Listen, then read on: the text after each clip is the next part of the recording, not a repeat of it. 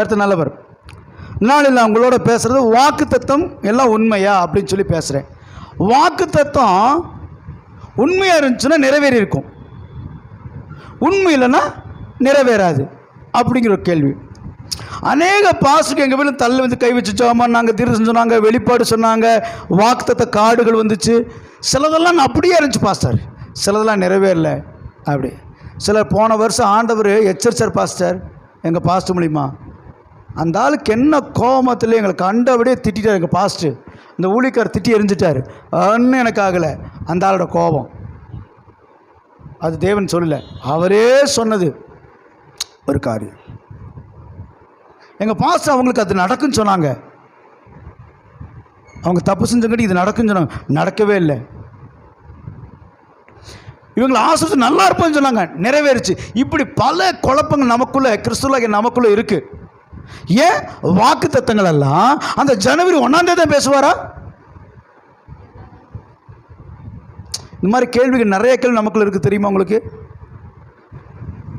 ஏன்னா வருஷம் முழுவதும் நீங்கள் வரலாம் போகலாம், ஆனால் வருஷம் கடைசியில் ஃபஸ்ட்டு ஆரம்பிக்கும் போது ஒரு புதிய எதிர்பார்ப்பு இருக்கும். இப்படி வாக்கு தத்தங்களும் சில தீர்க்க தரிசனம் குறித்து நமக்கு பயங்கரமான சந்தேகம் உண்டு. ஏன்னா நீ தெளிவில்லாத போது தேவன் பேசுகிற காரியம் உனக்குள் போகாது. உனக்குள் போகாத வார்த்தையை தேவன் பேச மாட்டார். தேவன் சொல்வாய் பிரபு முன்பாக அறிந்திருக்கிறார். நம்முடைய நினைவுகள், சிந்தைகள், எண்ணங்க எல்லாம் அவருக்கு தெரியும். நீ வேஷ மாறி போனாலும் தெரியும். அப்போ வேதாகம் நமக்கு சொல்லுது, இன்னைக்கு அநேக வாக்கு தத்தங்கள் வந்து நமக்குள் நிறைஞ்சிருக்குது. 2026 வந்திருக்கிற நம்ம குறைஞ்சபட்ச சபைக்கு 10 வருஷமாக போவோமா, ஒரு சபைக்கு ஒரு ஆவிக்கு சொன்னா 10 வருஷம் வாக்கு தத்துவம் நம்மளை சீர்படுத்தாது. 11ஆவது வருஷமாக வாக்கு தத்துவம் நிறைவேற போகுது. இப்படி பல கேள்விகளை இந்த யூடியூப்பில், ஃபேஸ்புக்கில் எல்லாம் போட்டு கிழிக்கிறாங்க, பேசுகிறாங்க, நக்கல் அடிக்கிறாங்க, பரியாசம் அடிக்கிறாங்க. அவர்களுக்கும் சரி, சபை மக்களாகிய உங்களுக்கும் சரி, இதை கேட்டுக்கொண்டிருக்கிற யாவருக்கும் சரி, நான் சொல்லுகிறதாவது என்னென்னா, வாக்கு தத்தங்கள் எல்லாம் உண்மையா என்ற தலைப்பில் நான் உங்களோட பேச ஆரம்பிக்கிற காரணம், இன்றைக்கு வாக்கு தத்தம் இருக்குதா, வாக்கு தத்தம் கிரியை செய்யுதா? ஏன்னா இந்த கேள்வி நமக்கு இப்போ மட்டும் வந்ததில்லை, ஆதி காலங்களிலிருந்தே வந்திருக்குது. அதனால தான் 2 பேதுரு 3ஆம் அதிகாரம் 4ஆம் வசனம், 2 பேதுரு 3ஆம் அதிகாரம் 4ஆம் வசனம், அவர் வருவார் என்று சொல்லுகிற வாக்கு தத்தம் எங்கே? பிதாக்கள் நித்திரையடைத்த பின்பு சகலமும் சிருஷ்டிப்பின் தோற்றம் முதல் இருந்து விதமாக இருக்கிறதே என்று சொல்லுவார்கள். இன்னைக்கு அநேகர் கேள்வி, ஏசு கிறிஸ்து வர்றான் வாக்கு பண்ணாரா இல்லையா, வந்தாரா? இந்த கேள்வி அநேகருக்கு இருக்குது. ஏன்னா இந்த 2 பேதுரு 3ஆம் அதிகாரத்தில் நல்ல அந்த 4ஆம் வசனத்தில் பார்த்தீங்கன்னா, அவர் வருவார் என்று சொல்லுகிற வாக்கு தத்தம் எங்கே? எங்கள் பிதாக்கள்லாம் எங்கள் தாய் தகப்பு முன்னாலே சொல்ல ரொம்ப வருஷம் முன்னால் சொன்னாங்கப்பா ஆர்டர் வருவான்னு சொல்லி. ஆனால் இன்னி வரை வரல, எத்தனை 1000 வருஷம் ஆயிடுச்சு தெரியுமா அப்படிங்கிற ஒரு கேள்வி பேதுருக்குள்ளாக வந்தது. பேதுருக்குள் வரல, ஜனங்களுக்கு வந்தது. பேதுரு அங்கே சொல்கிறார், எழுதுறார், அவர் வருவார் என்று சொன்ன வாக்குத்தத்தம் எங்கே? பிதாக்கெல்லாம் செத்து போயிட்டாங்க, நெத்து அடைஞ்சிட்டான், சகலமும் சிருஷ்டிக்கப்பட்டு எல்லாரும் மாற்றத்துக்குள்ள வந்தது. ஏசு கிறிஸ்து இருக்கும்போது 2 வீலர்லாம் இல்லை, 4 வீலர் இல்லை, ஆனால் வரன்னு வாக்கு பண்ணார். அப்போ 2026 வருஷம் ஆயிடுச்சுன்னு வச்சுக்கோங்க. உதாரணத்துக்கு சொல்லி ஒன்றும் நிறைவேறலையே வாக்கு தத்துவம் அப்படின்னு சொல்கிறாங்க. ஆனால் வேதாகம் என்ன சொல்லுதுன்னா, அந்த 2 பேர் 3 நாளில் தானே பார்த்தோமா, 9ஆம் வசனம் வாசிங்களே.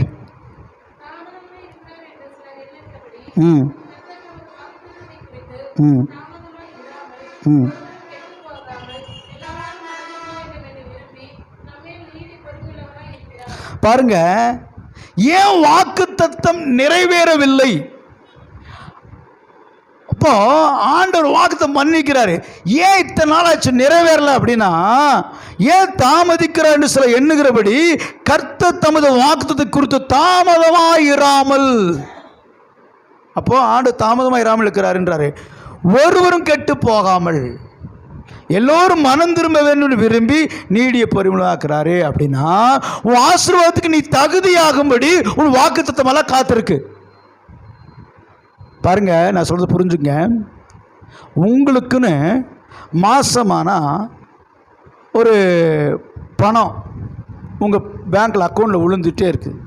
அது உனக்கு தெரியவே இல்லை பேங்க்கில் பணம் இருக்குன்னு. ஆனால் நீ தரித்திரமாக தெரிகிற. உன்னுடைய ஆரோக்கியத்துக்கு வேண்டிய எல்லா மெடிசனும் உன் வீட்டில் இருக்குது, நீ எடுத்து மெடிசன் உட்கொள்ள மாட்டாங்கிற. உனக்கு எல்லாம் உனக்கு வேண்டிய ஆகாரம் எல்லாமே இருக்குது, ஆனால் நீ பசியோடையே இருக்கிற. இது யார் தப்பு? யார் தப்பு? நம்முடைய தப்பு. நாம் அதை கவனிக்கல, நம்ம அதை கேர் பண்ணல. நமக்கு சொன்ன வாக்கு தத்தங்களை குறித்து நமக்கு ஞாபகம் இல்லை. ஆனால் வாக்கு தத்தங்களை வச்சு ஜெபம் பண்ணியிருக்கிறோமா? அது இருக்குல்ல. ஆண்டவரே எனக்கு இந்த வாக்கு தத்தம் கொடுத்துருக்கிறீங்க, ஏன் செய்யலை? அதுக்கு காரணம் என்ன? அதுக்கு தடை என்ன அப்படின்னு கேட்கணுமா இல்லையா? அதை கேட்காம ஆண்டவர் வாக்குத்தத்தம் பண்ணார் போன வருஷம், அதை நிறைவேறவே இல்லை தெரியுமா? ஆனால் வாக்குத்தத்தத்துக்கு தாமதம் பண்ணாமல் அவர் காத்திருக்கிறாரு. அவர் நீடிய பொறுமையோடு மனம் திரும்ப வேண்டும். ஓட்டப்பையில் ஒரு பை ஓட்டை எடுத்துன்னு கொடுக்குறான். எங்கள் அம்மா அரிசி வாங்கிட்டு வர சொல்லிச்சு, சக்கரை வாங்கிட்டு வச்சு, சொந்தக்காரன் என்ன நீ அரிசியை பருப்பை போட்டு கொடுப்பியா ஓட்ட பையன்னு தெரிஞ்சு? ஏய், இது ஒழிக்கணும்ப்பா. உன் ஆசீர்வாதம் உன்னை விட்டு பொல்லாங்கன் எடுத்துக்கொள்ளுவான். உன் ஆசீர்வாதம் வேறொருத்தர் சாப்பிடுவான். உன் கையின் பிரசத்தை வேறொருத்தர் சாப்பிடுவான். ஆசீர்வாதம் வெறுமையா போதும் தரமாட்டார். உன் பையனுக்கு நீ ஒரு 1000 ரூபா கொடுக்குற, அந்த பணத்தை அவன் வீணா செலவு பண்ணுறான், வெட்டியை செலவு பண்ணுறான், கொடுப்ப? அந்த பணம் திருட்டு போயிருந்து தெரிஞ்சு கொடுப்பியா? ஓட்ட ஜோப்புன்னு தெரிஞ்சு பணத்தை ஜோப்பில் வைப்பியா? நீ மாம்சத்தில் நீ சிந்திக்கும் போது உலகத்தை படைத்த ஆண்டவருக்கு தெரியாதா? அப்போ வாக்கு தத்தமெல்லாம் ஆண்டவர் யாருக்கும் கேட்காதவங்களுக்கு தரதில்லை, அக்கறை இல்லாதவங்களுக்கு தரதில்லை. தெரியுமா உங்களுக்கு? கார்டு கொடுக்குறாங்க, நீங்கள் வாங்கி வச்சுக்கலாம், அது ப்ராமிஸ் தான். அதை நம்புனதை கிரி செய்யும். உன்னுடைய வாக்கு தத்தங்கள், தேவன் சொல்ல வார்த்தைகளை நீ நம்புகின்ற போது, விசுவாசிக்கின்ற போது தான் அது கிரியை செய்ய ஆரம்பிக்குது. வேதம் அப்படிதான் சொல்லுது. வாசிப்போமா? எபிரேயருக்கு எழுதின நிருபம் 10ஆம் அதிகாரம் 23வது வசனம். அல்லாமலும், நல்லா கவனிங்க, அல்லாமலும் நம்முடைய நம்பிக்கை அறிக்கையிடுகிறதில் அசைவில்லாமல் உறுதியா இருக்கவும் வாக்கு தத்தம் பண்ணவர் உண்மையுள்ளவராக இருக்கிறார். அப்ப அவர் உண்மையுள்ளவராக இருக்கிறார்னா வாக்கு தத்தமும் உண்மையுள்ளதாக இருக்கும். ரைட்? அப்ப வாக்கு தத்தம் ஒரு நாளும் பொய்யானது அல்ல. இரண்டாவது, யார் யாருக்கு வாக்கு தத்தம் பண்ணுவார்கள் அதை நம்ம தெளிவாக தெரிஞ்சுக்கணும். தனக்கு தகுதி இருக்கிற மட்டும்தான் மற்றவருக்கு வாக்கு பண்ணுவான். உண்மையா இல்லையா? உன்னுடைய கருத்தை நான் பார்த்துக்கிறேன்ப்பா அப்படின்னா அவனுக்கு அது தகுதி இருக்குது. இதை நான் செஞ்சுக்கிறேன், இதை நான் பார்த்துக்கிறேன் அப்படின்னா அதை செய்யறதுக்கு தகுதி இருக்கு. அப்போ வாக்கு தத்தம் பண்றவருக்கு வாக்கு தத்தத்து மேல உனக்கு கொடுக்கிற வாக்குத்தை நிறைவேற்றாமல் வல்லமில்லாதவர் அல்ல, வல்லமுள்ளவராக இருக்கு அப்படின்னாலே அவர் வாக்கு தத்தம் பண்ணுகிறார். தன்னை விட மேலானவர் யாரும் இல்லாதனாலே தன் பேர் ஆணையிடுகிறார். அவருக்கு மேல யாரும் இல்லை, அவர் அதெல்லாம் ஆணையிட்டு சொல்றார். நான் சொல்றேன் அப்படிங்கிறார். அநேக வேளையில கர்த்தர் சொல்லுகிறார் அப்படின்னு சொல்லும்போது நமக்கு யோசிப்பா, கர்த்தர் சொல்றாரா? தீர்க்க தரிசிக மூலியமாகவே பேசும்போது கர்த்தர் பேசுகிறார், கர்த்தருடைய ஆவியான பேசுகிறார், இயேசு பேசுகிறார். இயேசு உனக்கு சொல்லுகிறான்னு சொல்லுவாங்க. அது நீங்கள் நல்லா புரியும். நீ யாருக்கு சொல்கிறாங்க? கர்த்தருடைய ஆவின்னு சொல்கிறாரா, கர்த்தர் சொல்லுகிறாரா, இயேசு சொல்லுகிறாரா? எதை சொல்லுகிறார்? உங்களுக்கு சொல்லப்பட்ட தீர்க்க தரிசனங்கள் உங்களுக்கு சொல்லப்பட்ட வாக்கு தத்தங்கள் டைரி எடுத்து வீட்டில் உட்காந்து எழுத ஆரம்பிக்கணும். எனக்கு குறித்து ஆண்டு சொன்ன தீர்க்க தரிசனம், எனக்கு சொல்லப்பட்ட வாக்கு தத்தம் அப்படி, எனக்கு கொடுக்கப்பட்ட எச்சரிப்பு, எனக்கு கொடுக்கப்பட்ட ஆசீர்வாதம், எனக்கு கட்டளை டெய்லி வந்துச்சு.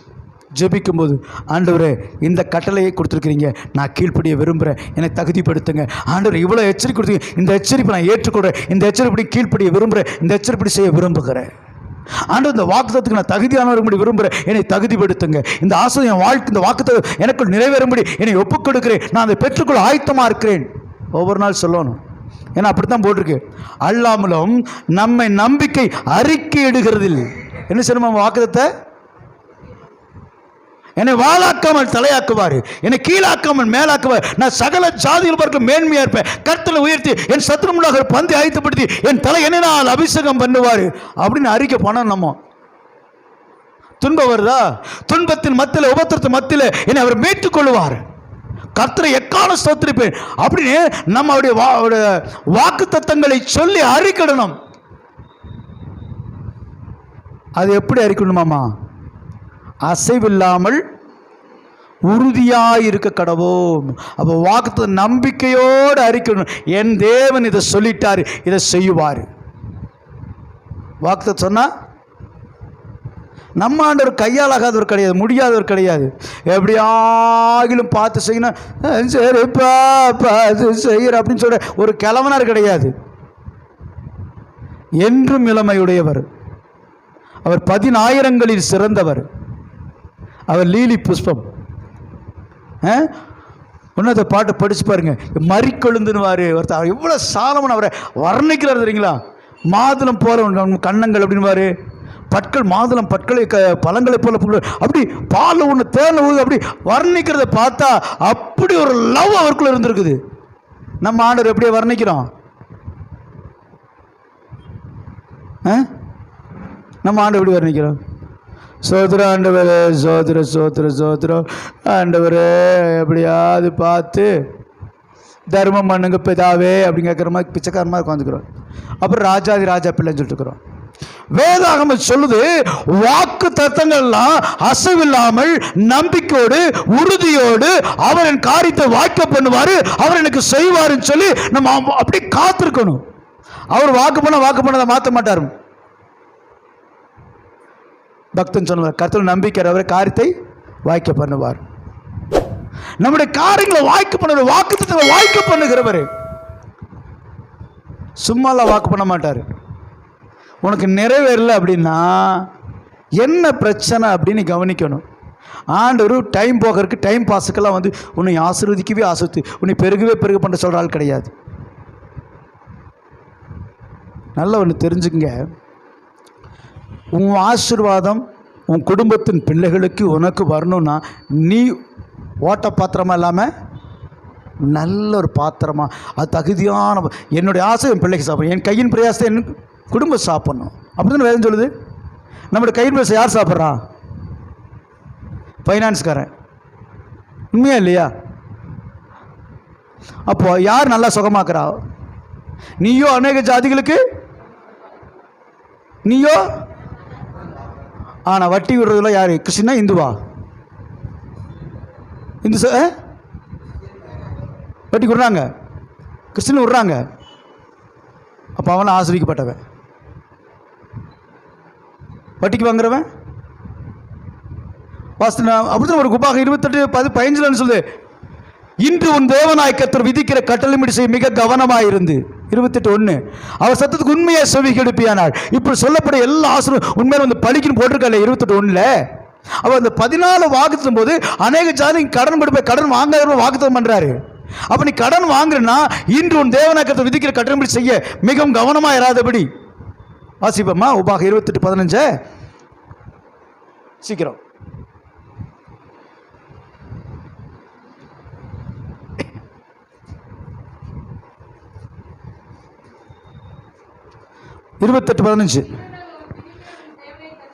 நல்லா கவனிங்க. இன்று நான் உனக்கு விதிக்கிற தேவனாகிய கர்த்தருடைய எல்லா கர்த்தருடையும் கவனமாய் இருப்பதற்கு அவர் சத்தத்துக்கு உண்மையாய் செவிகொடாமல் போவையானால் சாபங்கள்லாம் பழிக்கும். அது கீழே வீட்டில் படித்து பாருங்க. உன் ஆசீர்வாதமும் சாபமும் உபாகத்தில் தான் இருக்குது. 28 தான் இருக்குது. 1லேருந்து 14 வரை ஆசீர்வாதம், 15லேருந்து கீழே போயிட்டு சாபம். அப்போது அந்த சாபத்தில் உனக்கு டச் இருக்குன்னு சொன்னால் தேவோட வார்த்தையை கட்டளையை நீ கடைபிடிக்கல, தேவோட வார்த்தை. அப்போ கடன் வாங்குறவங்கெல்லாம் கடன் வாங்கி இருக்கிறப்போ அப்போ தேவோட கட்டளை என்ன செஞ்சுருக்கிறோம்? மீறி இருக்கிறோம். பரவாயில்ல, மீறிட்டோம், இனிமேல் வாங்க மாட்டோம் அப்படின்னா முடிவெடுத்தால் மட்டும் போதாது. உபாகம் 28:1 சொல்லிச்சா என்ன? இன்று உன் தேவனாக்கத்தை விதிக்கிற கட்டளை செய்ய மிகவும் கவனமாக இருக்கணுமாமா. எதுக்கு? அவர் சத்தத்துக்கு உண்மையாக செவி கொடுக்கணும். ஏதாவது சர்ச்சுக்கு வந்தால் கேட்டோம், போன வாரம் என்ன பிரசங்கம் பண்ணனா அது அப்படின்னா உனக்கு அவ்வளோதான், முடிஞ்சு போச்சு. இனி கடமைக்கு வரோம். தெரிஞ்சு கொள்ளாதெல்லாம் தெரிஞ்சுக்கொள்கிறோம். எதை தெரிஞ்சுக்கொள்ளுமோ தெரிஞ்சுக்கொள்ள மாட்டாங்கிறோம். உலகத்துக்கு இருக்கிற எல்லா பாவம் நமக்கு தெரியுது, ஆனால் பரிசுத்தம் வாழ்றதுக்கு மட்டும் வழி தெரிய மாட்டேது. எல்லா தவறும் செய்கிறோம், நீதியாக இருக்க தெரியல. வாயை திறந்த பொய்ய பேச தெரியுது, அவ்வளோ பொய் பேசுது, ஆனால் உண்மையாக இருக்க தெரிய மாட்டேது. நம்ம ஏமாத்துக்கிறோம்.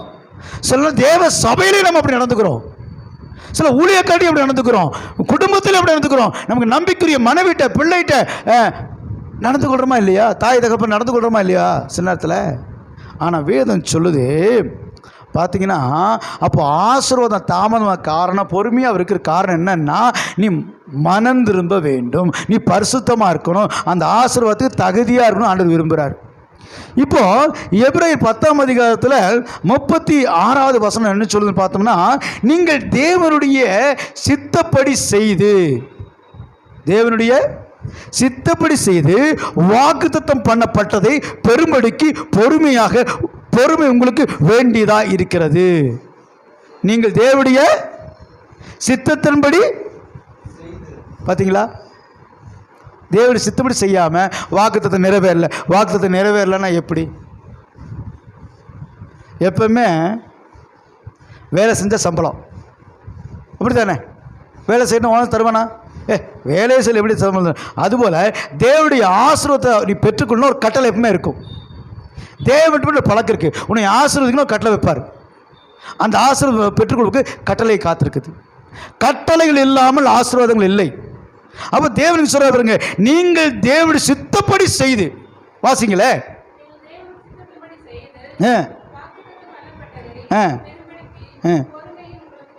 பார்த்தீங்களா? அப்போ வாக்குத்தத்தை நிறைவேறலன்னு சொல்கிறோமே, அப்போ என்ன இருக்குது பிரச்சனை? தேவனுடைய சித்தப்படி செய்யலை, தேவனுடைய சத்தத்துக்கு செவி கொடுக்கல, மனம் திரும்பலை. அப்போ வாக்குத்தத்தை நிறைவேறாத காரணம் என்ன? மனம் திரும்பலை, தேவ சித்தப்படி செய்யலை, அவர் சத்தத்துக்கு செவி கொடுக்கல. அப்புறம் பொறுமை இல்லை, அது ஒரு பெரிய காரியம். பொறுமை இருக்கணும். வாசிப்போம் எபிரேயர் 6ஆம் அதிகாரம் 15வது வசனம். அந்தபடியே அவன் பொறுமையாய் காத்திருந்து, பார்த்தீங்களா? அப்போ வாக்குத்தம் பெறுவதற்கு நமக்கு என்ன தேவை? மனம் திரும்புதல், தேவ சத்து கீழ்ப்படியணும், தேவனுடைய பிரமாணத்தின்படி செய்யணும், பொறுமையாக இருக்கணும். அப்போ தான் வாக்குத்தம் நிறைவேறும். அது நிறைவேறாமல் போன வருஷம் கர்த்தர் வாக்குத்தம் கொடுத்தாரு, நிறைவேறவில்லை. எத்தனை ஆயிரக்கணக்கான பாசஸ், எத்தனை ஊழியக்காரர்கள் உங்களுக்கு வாக்குத்தத்தம் உங்களை தேடி வந்தாலும் நிறைவேறும். யாராவது ஆமேன்னு சொன்னீங்களா?